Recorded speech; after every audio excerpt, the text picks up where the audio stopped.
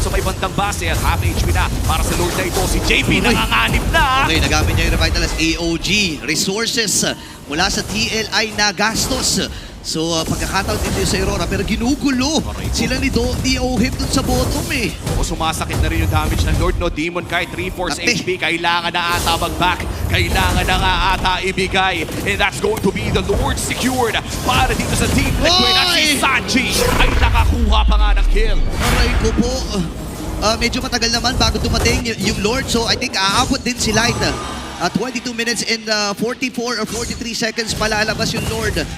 And ang death timer dito ni Light is 45. So, aabot siya, makakadepensa dito ang TLPH. Kaya lang ang problema, ito yung sinasabi natin, Luminous Lord to, enhanced na Lord. Ito na yung Snabero, tsaka Wapakins na Lord. Oo, nonchalant na yan, pare. Nonchalant. Maglalakad na lang yan para tapusin yung laro. Pero for Aurora Gaming, no? Veterano ang mga players dito. Alam nila kung paano palikuin kahit konti. Patagalin ang laban na ito.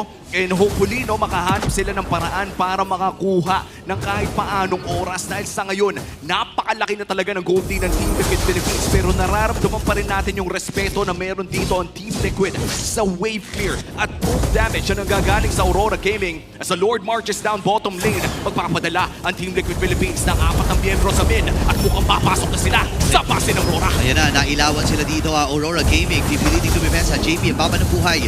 Pero Lord naman ang bilang. Pero tatlo'y nilamaan nung land checker. At nasa mula team puti nila kami nilang immortality si Carl. Pero mapapatay siya dito yung AOG. Nagamit na rin ni JP. Kailangan matras si Sanford. Pero habol siya doon yung final shot. Pop yung immortality. Ang bisa na araw nagkukonekta. Kailangan na matras si Uhim. Ganyan din naman si Sanford. Natama yung Star Shutter. Pero kailangan din niya lumuyo. Pagpagan mo pre. May sulag.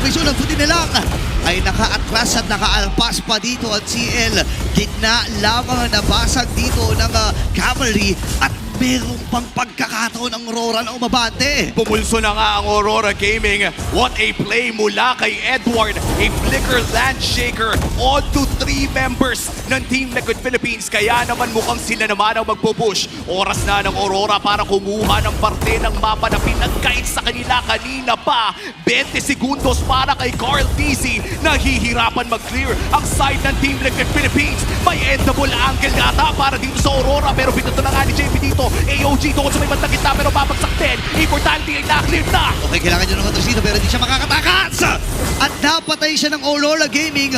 Uhim dito, walang ide yata si Demon Cat. Pwede sipain. Tordos ay nagamit na. Kailangan niya humabol. Phantom Institution. Habol din si Domeng. Tagumpay ang pagdepensa ng Team Liquid pero hindi pa tapos. Si Sanji dito with those Abyssal Arrows.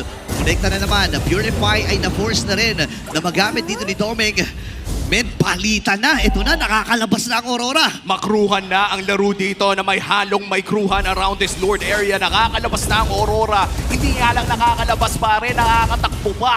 At mukhang naghahanap sila ng Lord dito 25 minutes in. At TLPH naman ngayon ang susubok na mag-contest. Hahawakan na ito ng Aurora. Doming kahit makakaiwas doon sa Abyssal Arrow pero si Carl TZ ay patuloy pa rin hinahanap ng Aurora Gaming. Okay, Doming Kite, Demon Kite pala ay kailangan matras. Sanford na magiging tower, final slice na gamit. At wala siyang immortality, patay ata. Ngayon yung Young Goat ang kanilang hinahabol. 30k ang buhay ng Lord. Habang sa may ibandang gilid, si Ohe pinag-aaban ng pagkakataon. Hindi tumama yung pinakahuli sa mga chino. Pero nakantokan siya dito ni Light. Ngayon naman si Sanji hinahabol ni Demon Kite. Pop yung immortality, kailangan na mag-atrasan. JPA buhay na, pero mamamatay din. Itong si Sanji. Demon Kite, ladies and gentlemen, talagang tiniis lang niya lahat ng paghihirap na kanilang nakamasa! Mr. Consistent! Nakakuha ng kill at tatlong tumumpa sa TLPH! And another spectacular play mula dito kay Edward. Pagbagsak ng espada ay may comet na rumekta sa muka ni Carl TZ. At mukhang magpupush na nga dito ang side ng Aurora Gaming. Dalawa, depensa para sa Team Liquid Philippines. So, heavy sinusubukan pero ayan na nga! Ayan na, pop yung Evo pero hindi ata sapat yung magiging damage. Nakapag-Winter's Crown pa! Kumpleto pa ang Aurora! Tommy kayo mamamatay! AOG ngayon ay nagamit na rin. Pero marami pa sila mga minions na kasama dito. Si Daddy JP talagang sinasalun lang!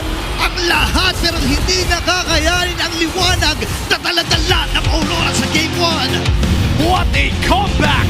14k gold lead all the way to a